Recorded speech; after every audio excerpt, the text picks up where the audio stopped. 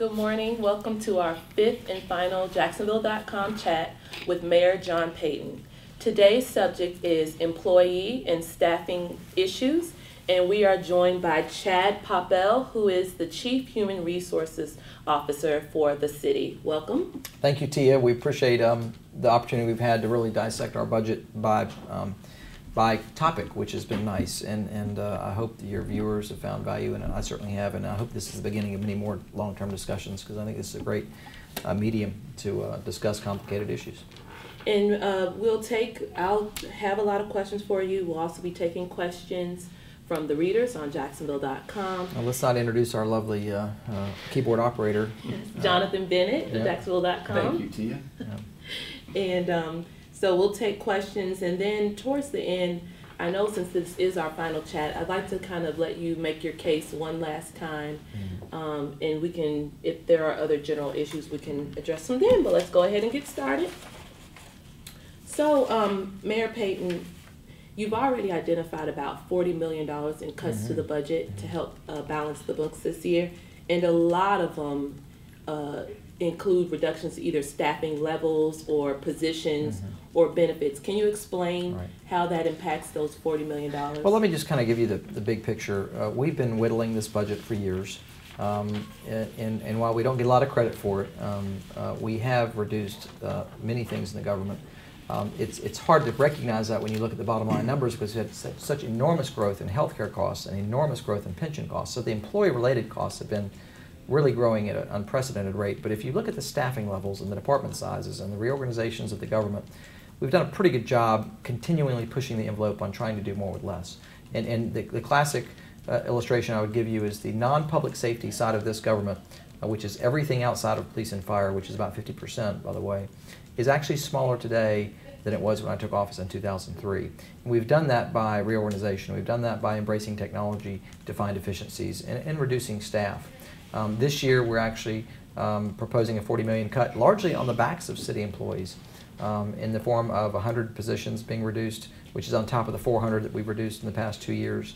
The furlough for people that don't wear badges or uniforms in a public safety capacity, the 5% departmental cuts, and of course we're asking employees to take no raises. They're going to start paying more for health care costs, so which really you could say is somewhat of a pay cut. But this particular round of cuts is really about workforce, and the reason we have to turn there is because workforce is a big part of our budget. It's about half of our budget. We are a labor-intensive business. It takes people to patrol streets. It takes people to make rescue calls. It takes people to mow the grass, to clean the dishes, to pave the roads, put the books on the library shelf. It's very labor-intensive. So this budget reflects a pretty hard hit to the workforce, but I think we have to put a very human face on the workforce of government. It's very easy to villainize those who work in government. They're an easy target because there's always an anecdotal story of someone not doing their job right or not being efficient or effective. And while there may be anecdotal stories, I think overall we have a really capable workforce. And I'm proud of the work they do. And they've risen to the occasion time and time again to do more with less every time we've asked. Just to give you some raw numbers, we have 11 people that maintain 180 parks in the city. We have 12 people that maintain more than 3,600 miles of roadway in our county, which is 840 square miles large. We have 400 athletic fields that are maintained by these same 12 people. We have 130 people who maintain and repair 7.4 million square feet of public space. I mean, between libraries, fire stations, city buildings, the arena, we've got a lot of places that we maintain. So it does take people. And I guess I get a little defensive because these people time and time demonstrate to me a willingness to work, a willingness to get the job done, a willingness to embrace technology, and quite frankly exceed expectations on most occasions. You said that in the $40 million reductions is a furlough. What in the budget, how long of a furlough are you hoping to receive, and what kind of reduction then in the employees' salaries does that translate to? 1 week, which is a 1 week of work without pay, or 1 week that's not paid, and basically that represents just under 2% of the person's compensation. And again, that is this year. Next year we may be looking at something very similar. I doubt we'll be looking at any pay increases for the next 2 years. And of course, we have a hiring freeze in place too, so we're not bringing on any new employees. So you know, we're trying to hold the line on the employee count at City Hall, and I think we've done it pretty effectively. I've got Chad here, who's our HR chief, that keeps pretty close tabs on making sure we're getting the most out of our workforce every day. And how there are a fraction of employees in the city that are appointed, which means that they're not covered by one of the many unions that you need to negotiate with for, you know, the furloughs and the pay freezes and everything like that. How do you plan on having those employees share some of that burden? Well, remember, they get the same salary freeze and the furloughs and everybody else gets. But we do have a strata of employees that attract a lot of attention called AMIOs, and these are basically at-will employees. They serve at the pleasure of the mayor, which I will tell you, as a manager, that's valuable. I mean, and having employees that we don't have civil service protection with, which allows me to fire them if they don't perform, hire them based on criteria that I find valuable in the government. These folks have job descriptions, they have roles and responsibilities. The AMIO position was actually instituted by the Delaney administration to really have a more accountable and responsive workforce. People that serve at the pleasure of the mayor, so you have more control over their performance. If you have someone not performing and they're in civil service, it's very difficult to move them out or even to fire them. An at-will employee is easier to get your hands around. So I think this is a good thing, not a bad thing. The only folks that don't like it, I think, are union folks. And it's a tool. It's a tool for management. I think in the private sector you have that flexibility. And I think a mayor should be afforded that opportunity to have at-will employees, so you have the ability to hold them more accountable. Can you explain, cause I think there's a lot of confusion out there. So you have employees covered by the union, and then you have appointed employees. Mm-hmm. Are all appointed employees AMIOs, or is that just, or are they separate from just an appointed non-union employee? No, you have some appointed that are unionized and some that are not. I mean, you have two categories of service. But are all those who are non-unionized, are those the AMIOs? Some of them are, and I'll let Chad answer in more detail. There's actually quite a few groups within that population. You've got appointed officials, which are the directors and chiefs that get confirmed by council. Within the charter, section 1706, there's actually 40 to 50 different job titles that are exempt from civil service. And so that population is made up of any number of job titles. AMIO just happens to be one of them. Okay, so they're just one of the many job titles that is exempt from civil service. Correct. Why is there so much attention on AMIOs and not those other job titles? What makes AMIOs different that made people latch on to this particular job title? Yeah, that's a really good question. I know it gets a lot of attention, and I'm not sure why. Chad, maybe you have insight. I'm always amused that this one strata gets all the attention. Do you have any thoughts on that? In my experience, it tends to be a belief out there that these are, it's cronyism. These are all friends of somebody, which is just not true. Yeah. It's a vibrant part of our workforce. They have real jobs that if we didn't call them an AMIO, we'd have to replace them with someone else doing the work. It's a critical part of our workforce. Right. Of those 40 to 50 job titles that are exempt from civil service, how many of those positions must be confirmed by the council? Only appointed officials, and for those underneath the mayor, that'd be about 66 to 67, somewhere in that. And how many people, would you say, in city government are exempt from civil service? Well, you've got a couple groups, but within the appointed group, I think we're looking at 400 to 450.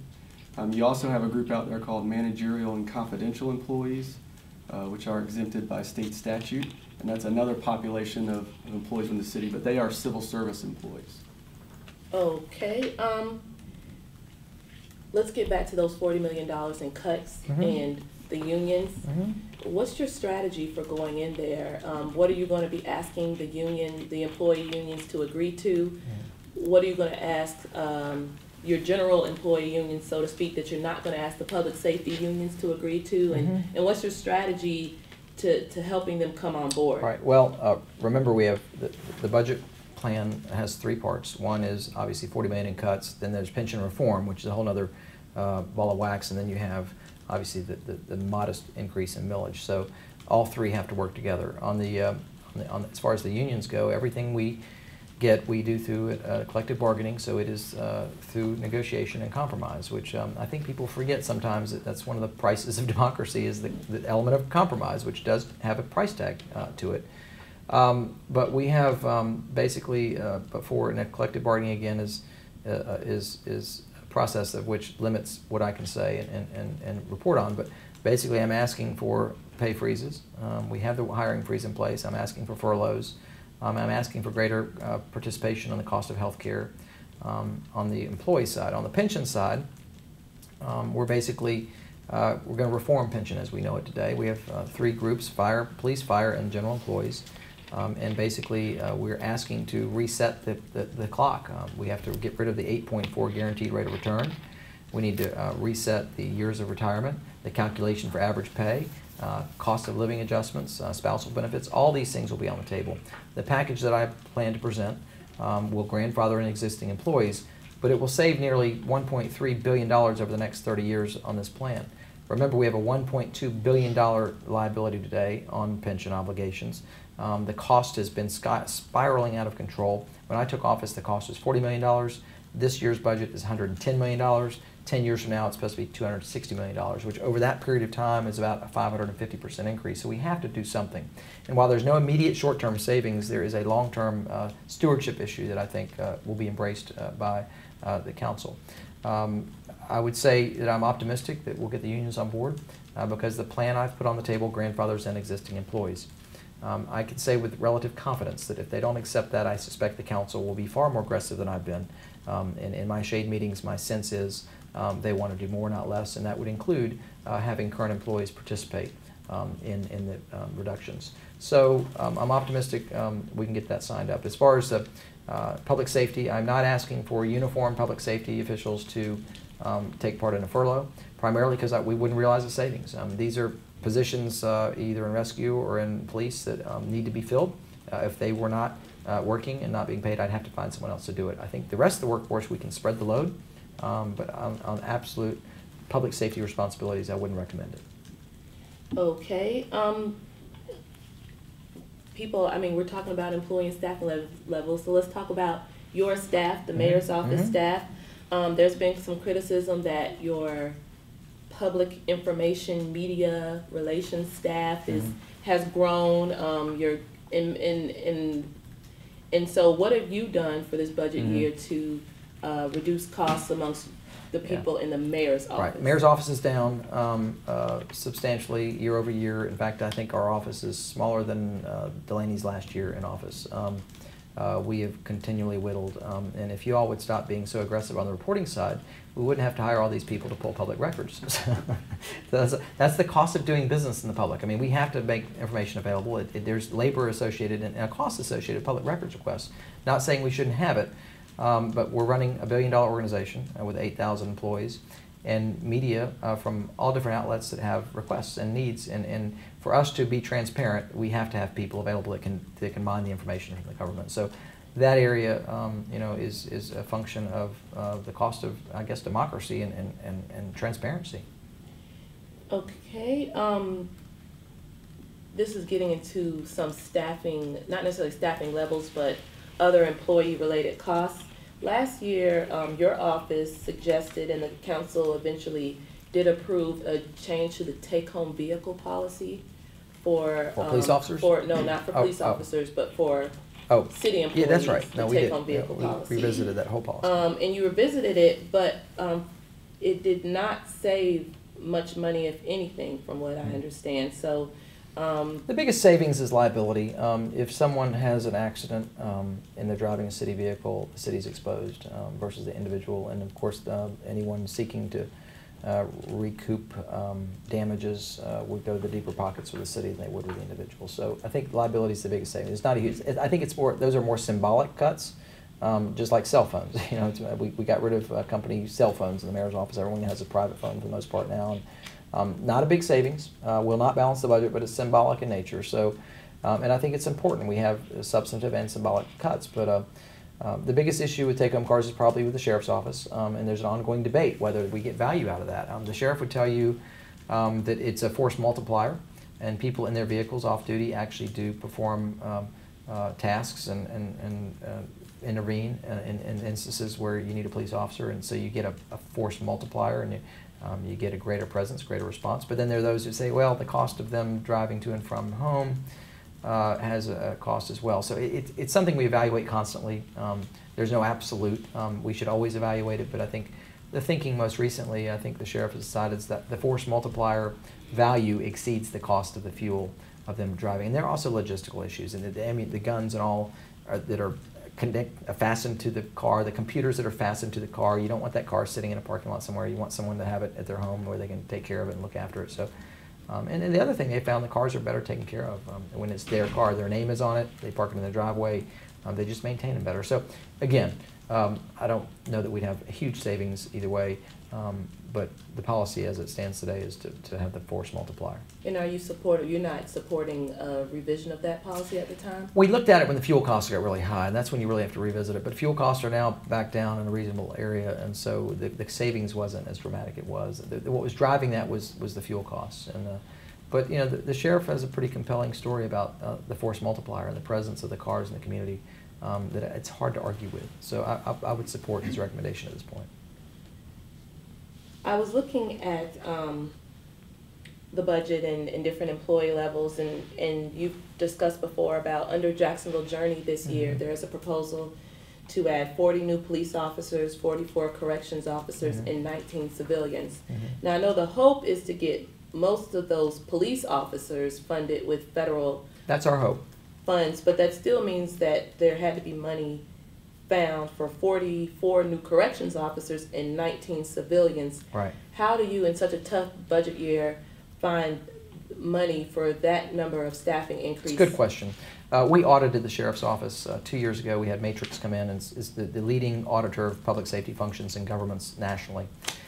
And what they discovered is that if we increase our workforce in corrections, we will reduce our overtime dependency and save money, and they're right. And we're in the process of doing that. So this is a cost-saving measure. Hiring permanent people for these fixed post positions in the corrections facility will save us money because overtime is becoming increasingly burdensome.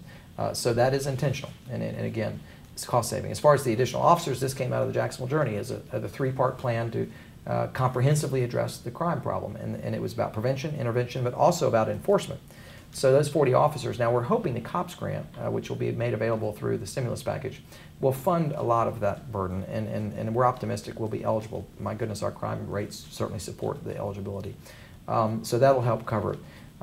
As far as the 19 civilians, what we've discovered is our uniformed officers are more productive fighting crime when the paperwork that is extensive in law enforcement these days because of the litigious society we live in, that paperwork can be offloaded into a back office function where you don't have the officer sitting there with a flashlight filling out just reams and reams of paper, and they can actually shift that to a back office civilian post. So loading up civilians frees up the expensive sworn officer that is actually more effective on the street.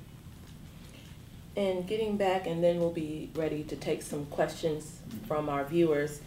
You were talking here, one of the chats that we had, and you raised the issue of a councilman's aide and the fact that in the city council side, their aides make about $55,000 each. And have you, do you think that that's too much for the aides? And have you thought about, do you think that each councilman, all of them, all 18 of 19 have one? Only Councilman Creston Beanie has not hired an aide. And ironically, he's the biggest advocate. It's not ironic, it's appropriate. He's the biggest advocate for not having aides for every council member. Listen, I think this is something the legislative branch has to work out. I think it has raised a lot of eyebrows that the aides are making $55,000. They're actually making more than the council members themselves. And you also have part-time employees, council members getting a pension, which I think some people raise issue with. We spend $9 million a year running the legislative branch. I mean, and if there's a savings that can be captured, not unlike everywhere else, I'm sure there'll be council members who will advocate for it. But listen, I try not to meddle in their affairs. I mean, the legislative branch is equal to the mayor, we present a budget that we think is responsible to the mayor's office, and they try to do the same. And I hope they will look at their own operation like they will with everybody else's operation with a critical eye, and I have all the faith that that's going to happen. Okay, and as we let Jonathan prepare. All right, let's see what we have here. Okay, we have one here, one from Elizabeth. She wants to know, when will the city be able to start to rehire positions? Are there any Yeah, listen, we've had a hiring freeze, and for how long, Chad? About as long as I can remember. It's been a long time. Yeah, so, and I don't see the economy turning anytime soon, so I think we're going to continue to try to do more with less. And I don't see, as long as I'm mayor, a dynamic which will really free up our ability to hire people. That's just my estimation. I think this recession is going to be a long and deep, and it will impact our revenue just like it does everyone else's. Okay. All right, let's see what else we have here. A lot of these are incredibly long, so give me a second. Welcome to my world. Yeah, right? How about this one? It says, if you can control AMIO performance, why can't we force the unions to have performance and moreover non-performance sanctions? Listen, everything we get is negotiated, and we have instituted pay for performance in places where we can, but again, it's just not as easy. It never will be as easy. AMIOs are easy for me to hire, easy for me to fire, and I think I get more accountability and performance out of them as a manager, and that's important to me. I have the obligation to run the government, and the more control I have over the workforce, I think the better I'm able to perform. I'm able to get people to do things that need to be done. And Chad may want to elaborate on that in more detail, but that's kind of the 30,000-foot perspective. And important to point out, unionized civil service employees can be terminated for not performing well. There's layers of protection for those folks afforded them under the civil service system and in their union contracts. That there's a process, and it takes time. Very rarely can you move quickly if there's. I had a question the other day. I'm going to ask a question of Chad. Someone said, "Why not eliminate unions at City Hall?" And how would you answer that, Chad? Well, it's just not the that state easy. Constitution gives them the right to bargain. Right. To collect. What if we woke up and said we don't want unions at City Hall?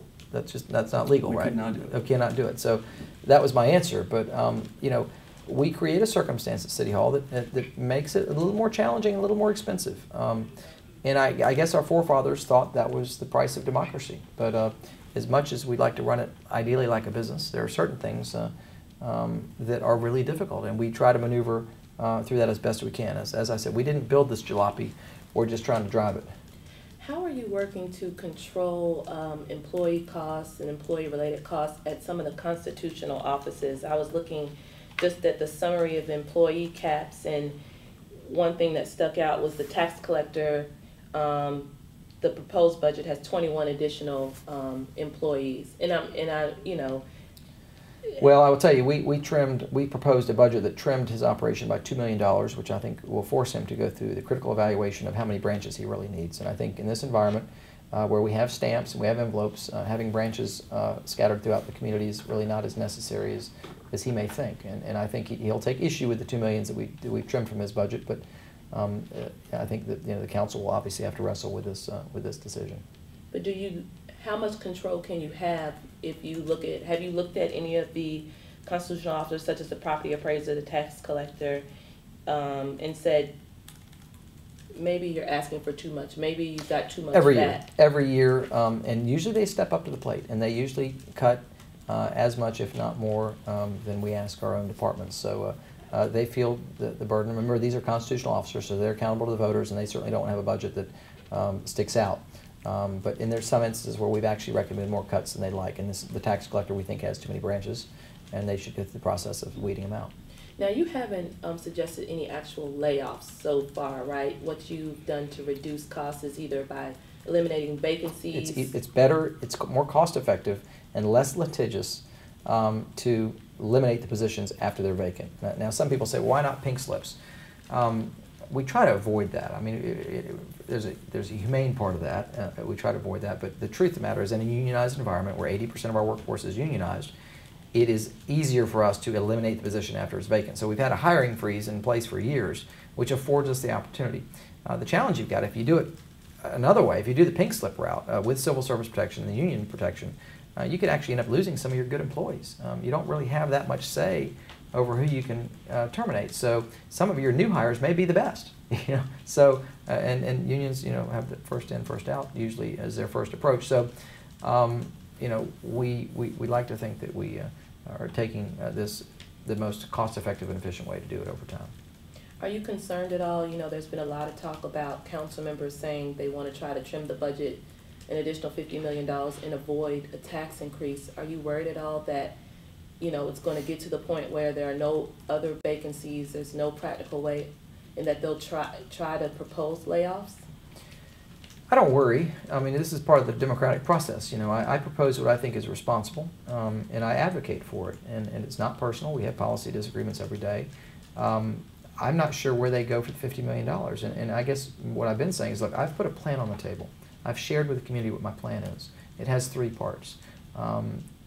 In absence of a plan, it's hard to know what they're really trying to do. And to say they want to cut for the sake of cutting without telling us what they want to cut makes it very hard for me to pass judgment. I don't know. Until they bring a plan forward, I really can't critique it. And I don't know if they say they're going to cut $50 million and they want. I think everyone would like to not to have a tax increase. I mean, listen, we all go into this process. I went into it not wanting a tax increase. It's painful. It's unpopular, and it's hard to do. But in my estimation, in looking at the dynamics of the challenge, the $50 million in cuts we'd have to incur are worse than the modest increase in millage, because I think you start to redefine the quality of life in this community in a negative way. And so I'm not proposing we do that. I took office because I care about the city, I believe in the future, and I want the city to progress and move forward. I think any other format would basically. Is it my imagination, or did Santa Claus just walk by the window? Hey, we're in the newsroom. We're in the newsroom, did I and crazy imagine things that? happen. It could be anything. Crazy things happen at the time. July, and Santa Claus just walked. I'm sorry to interrupt. I was wondering what drew your attention. Well, Santa Claus was waving in the window. You better wave back. Did I miss the memo? Is it Christmas in summer? Christmas in July, it happens. Okay, good. So on that note, what were we talking about? You were talking about, I don't even remember now. No, we were talking about budgets. The budget. We're talking about the budget. And you were saying council has yeah. proposed a plan. No, yeah, we need a plan. I guess my point is we need a plan. And you know, listen, there've been a lot of, you know, I'm taking a lot of sniper hits lately about, you know, raising taxes but you know, show me the plan. Share with the community. More importantly than me, share with the community what the plan is. Because if you're going to extract $50 million from this government, you better tell us where it's coming from. Because there are constituencies that will be impacted. Their lives are going to be impacted. This community deserves to know what that is. And in a constrained environment, there will be winners and losers. Now, I've put everyone on notice, you know, and that's what I did in my budget speak. Look, if I had to extract $50 million, this is probably where I would go. But everyone's list is different, and I said this. Everyone's priorities are different. But everyone's on the table. There will be winners and there will be losers. I don't know who the winners and losers are, but everyone needs to be on notice. In a constrained environment, your investment for what you are passionate about could be a loser. And I think that's fair and that's reasonable. When you first launched the Fix It Now campaign and you outlined, you know, your 3-part plan, I know you met with employees really, I think that same day, and outlined it to them. What's been their reaction? I mean, when they hear furloughs and pay freezes, and maybe Chad has some feedback, but what are you hearing from them? Listen, I think we're in a very uncertain environment, and it's not unique to City Hall that everyone is on the edge of their seats wondering what their future holds, and I wish it were different. I think the more stability and predictability we can provide to our workforce, the better performance we're going to have. And in fact, it's interesting, I was reading a quote from a local CEO, David Smith. He was talking about his workforce and how he says, look, you can't have fun if you're looking over your shoulder. And he believes in his people and he believes in working them. And while everybody else is laying off, he's hiring and giving confidence to his existing crew, which for him has been a strategic advantage. We're trying to create predictability and certainty for our workforce. And at least with my plan, they know what it is. You know, pay freeze and furloughs, and by the way, we want you to participate more with healthcare costs, and we're going to reform pension. That is my plan. What comes out of council, I hope, resembles that. But I'm not sure. But I think the sooner we can bring predictability and certainty to our workforce, the more we get out of them. Because the anxiety and fear that runs rampant in an unknown environment is not healthy for productivity, quite frankly. Jonathan? Yeah, actually, I've got a question here for that. Let me get this sorted out. stumbled over productivity 10 times. This is from a guest, and it says, how would you increase employee morale while proposing that 1 week's furlough, hiring wages and benefits? How would you essentially increase employee morale with all of those? I think you increase morale by providing certainty. You know, it's the uncertainty that creates the morale problems, I believe. You have to have certainty, and I think the sooner we can land on a plan, the better. I've put a plan on the table, but we have a process here where, you know, checks and balances. The legislative branch has to agree, and I hope that they come to the same conclusion I have, that we have good employees here, they work hard, they should not be villainized or demoralized, as I've seen in the past week, and let's believe in them, let's invest in them, and do what we can to allow them to do their jobs. Okay. Very good. And I have one more here that I know I want. This is from, do you think that if you had no raises, a furlough, and higher cost sharing of benefits, that the city will actually lose the good employees and that the lesser performing ones will stay? Not in this environment. I think everyone realizes in this environment getting a job is difficult, keeping it is difficult. You've got to look at the environment around you. I don't really know of any place that has complete security. Well, there are a few. If the liquor business is doing well, I understand that.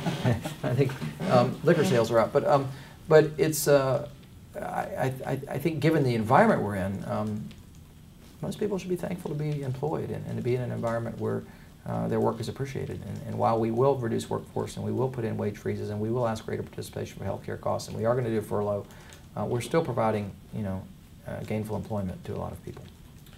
Here's a question. Are you proposing a furlough for yourself, a pay cut for yourself? How are you, the mayor, going to share in this burden? What I've done, Tia, is every year, I basically, any increase I get, first of all, my salary is determined by formula through the state of Florida by statute.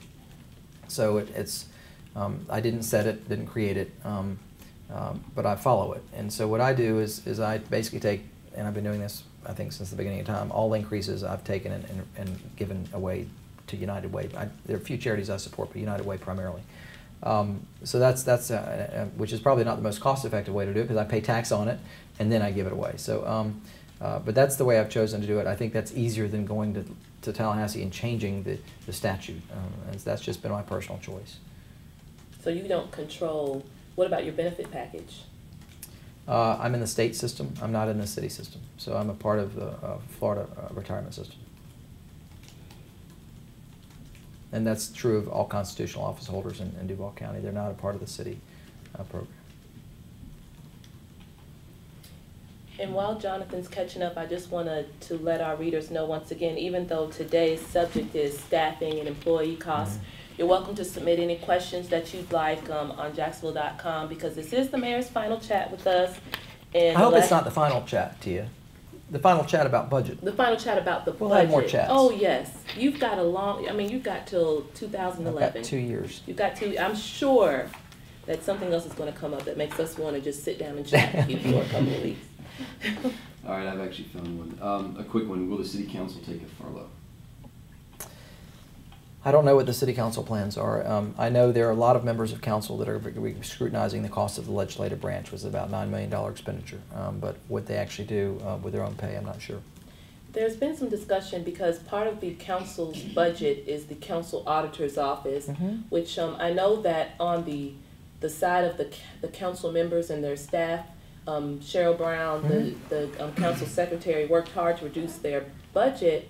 But on the auditor's side, it went up some, mainly I believe because some of the staff maybe got some training that they were due raises because they reached a different level. You know, maybe they got their CPA or got a master's degree or something. Have you all heard anything about the auditor's office and their budget? Listen, when it comes to the legislative branch, we rely on the council president to set the tone for that, and any increases or decreases, really, he or she is responsible for that year. So you know, I can't speak to that. I think the council did submit a budget that was an increase year over year, I believe. We submitted a budget that was a decrease year over year.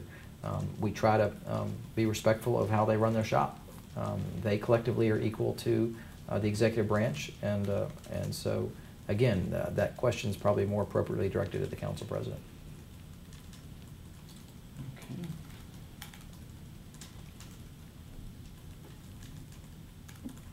I know you're all watching me. I'm just enjoying watching. Do you know where your home keys are, Jonathan? Are you using your home keys? Crazy person. All right. How about this one? Is the city still paying for employee education programs like college classes? And also, will the amount of required, non-departmentally required training be reduced? I'm going to let Chad answer that in more detail, but let me just tell you my philosophy. I think anytime we can improve an employee, we are well served. If through training or through educational opportunities, they're more valuable to us. And also it helps us with employee retention. If we help employees develop professionally, they're more loyal to us, and it becomes a benefit. So I'm pro workforce improvement, but I'll let Chad speak in more detail. Two aspects of that question. One, there was a very significant reduction in the organizational development budget within HR. Part of that is tuition reimbursement, but it was not eliminated. We do have several job series within the city where attaining certain levels of college education is a requirement.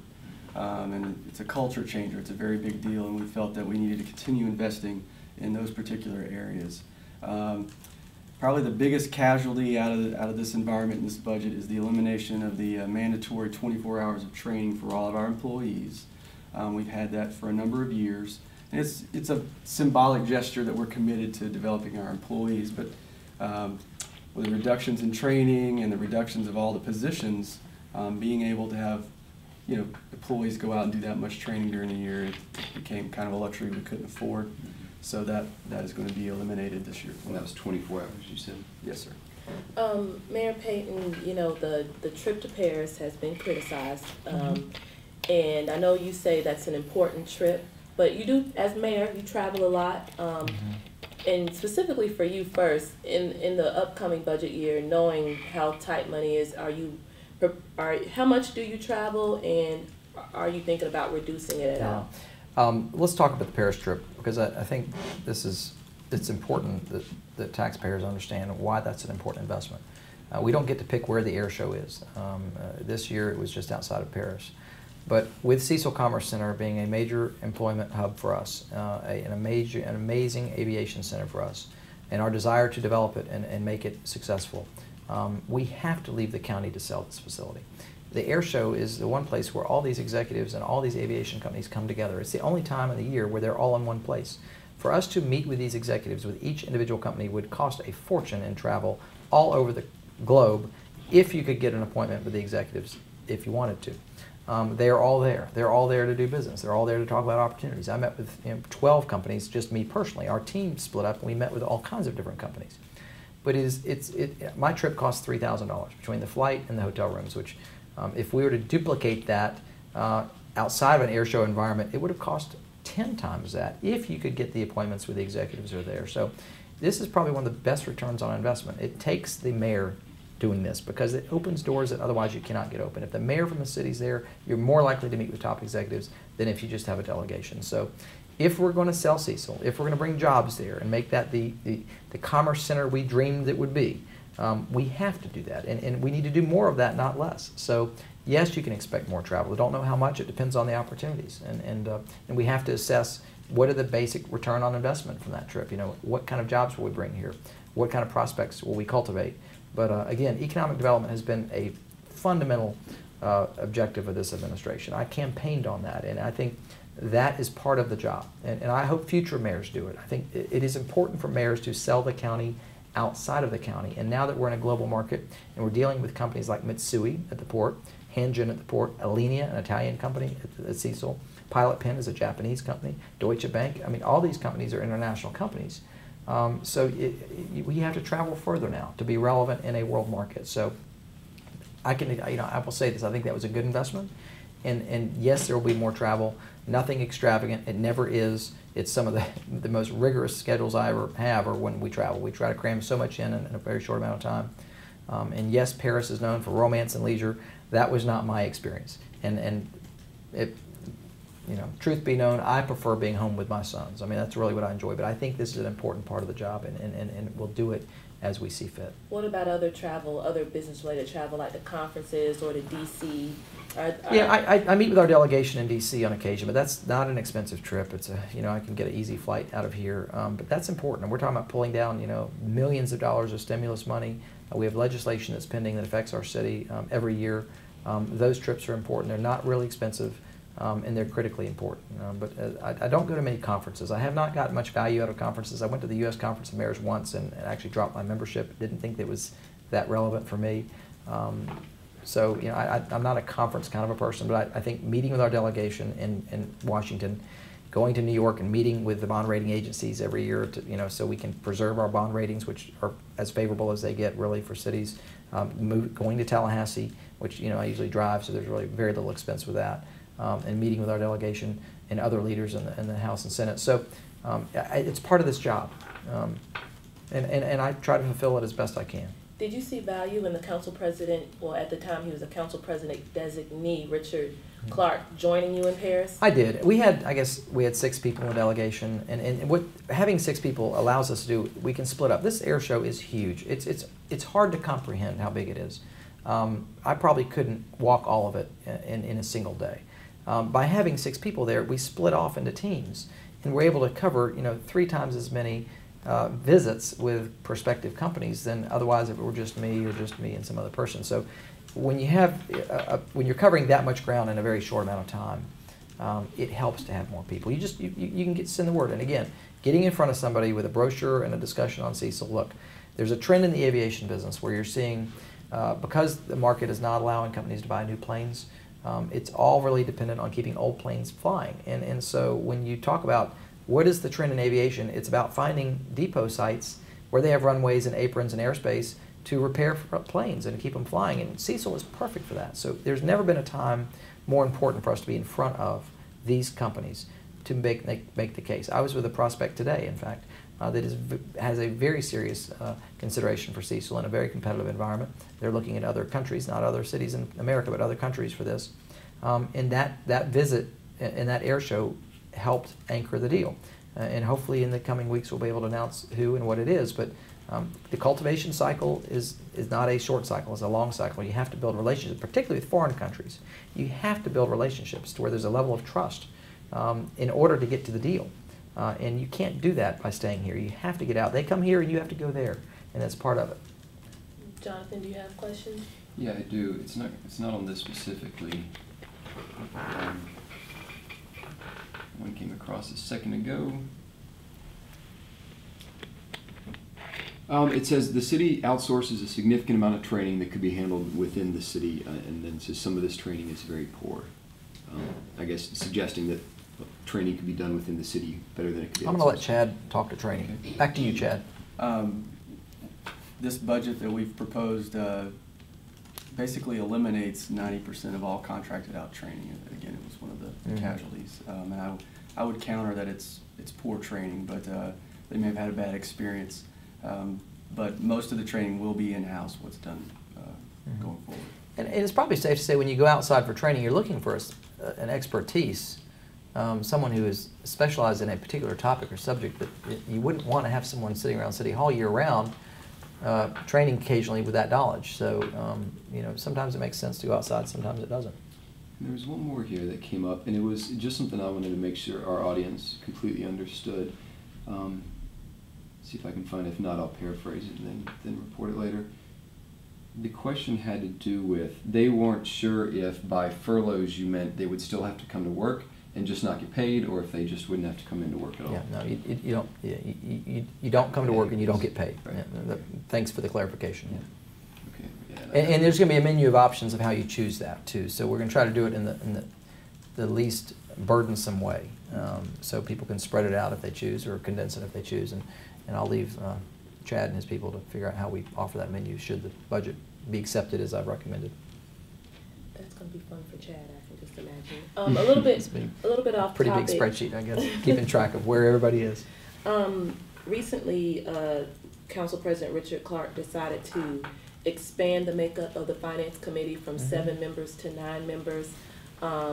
he had been criticized because there was no diversity on the committee. They were all essentially white males representing all areas but Northwest Jacksonville, and some people had criticized that. And he said he didn't want to expand the committee for that reason, but he felt that there was a need for more people to do the work, to really get into the budget and look for cuts. And so he said, well, if I'm going to expand it with 2 more people, then I might as well look for some people to represent Northwest Jacksonville, which was underrepresented on the committee. Did you have any thoughts about diversity needed on that committee? I think he made the right decision. I think expanding the committee was the right thing to do.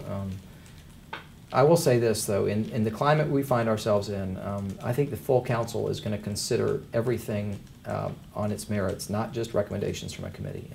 And while the history is that the full council usually defers to committee recommendations, this budget is far too serious, and the consequences are far too great to defer. While I think it's nice to have a newly formed diversified committee, I think the committee work will not be as important as it has been, because the consequences are so great, and every elected official has to be accountable, and everyone is watching. So, for whatever that's worth. Any more questions, Jonathan? No, not at the moment. If you have anything to follow up with, I'll check through. But okay, actually, here one actually just came through. Has the city looked at moving to a 4-day work week until the economy improves? We have looked. We looked at a lot of options, but that would be. You're talking about going to a 10-hour, 4-day week. They didn't specify. Yeah, okay. We've looked at that really for the purpose of energy savings, and when the fuel costs were really high, it was something we really started to entertain. But then when the fuel prices came back down, we didn't, and so we've shied away from that. If something changes with the cost of energy, we may reconsider. But the savings when the fuel costs are competitive really wasn't that great, and then you're limiting the taxpayer's ability to access the service, which is not as user-friendly as we'd like. And then for the person who does want to work 5 days, has something they need to get done, and the air conditioner's on that day, it creates some challenges. And if the energy costs go back up, then we'll probably revisit the issue. But that is something, when you outlined your plan of what would $50 million cuts look like if you had to do it, that was on there, right? I don't remember that being on the list. I don't think that was on the list either. It might have been. It was on the list. You're telling me it was on the list. I'll take your word for it. It was a long list. Yeah. It's a long list. Well, I think if we have more questions, but I'd like to go ahead and give you a couple of minutes. We're winding down, but to go ahead and make your closing statement about what you're hoping to do, and kind of talk to readers one last time on the budget. Right. Yeah. Well, I think I've put together what I think is the most responsible plan for the city of Jacksonville, and recognize there's no easy way out of this. Either we're talking about a significant diminution of service or a marginal increase in revenue. And I recognize raising taxes for the first time in 17 years is not easy. It's not fun. It's not popular.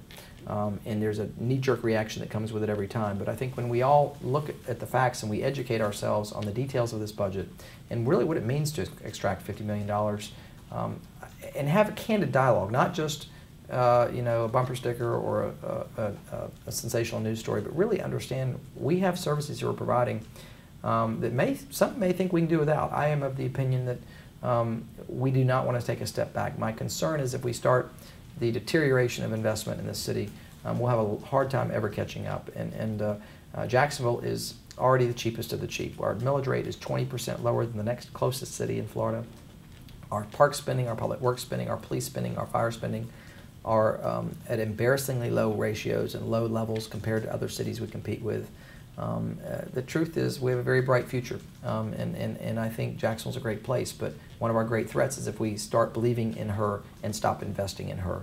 And this is not the time, I don't think, to take our foot off the gas. The marginal increase that we're proposing, which is about $8 per month on the homeowner, I think is worth the effort to keep the city moving forward as we try to bring families and good jobs and protect our quality of life and maintain our parks and pave our roads and keep our libraries open, all these things that are really critical. I think one of the challenges we have is that we're getting roped into all the dynamics of the federal government spending, and I wish it were different. But the truth is, you can get in your car and you can go and see what we're spending money on. You can witness it firsthand. There's no mystery. We can't print money, and everything we spend you can see. So I would encourage people to go to our site, fixitnow.cc, link to JCCI study. That is the most thorough and comprehensive discussion of city finances that we have, and it's recent. They spent 9 months really analyzing it.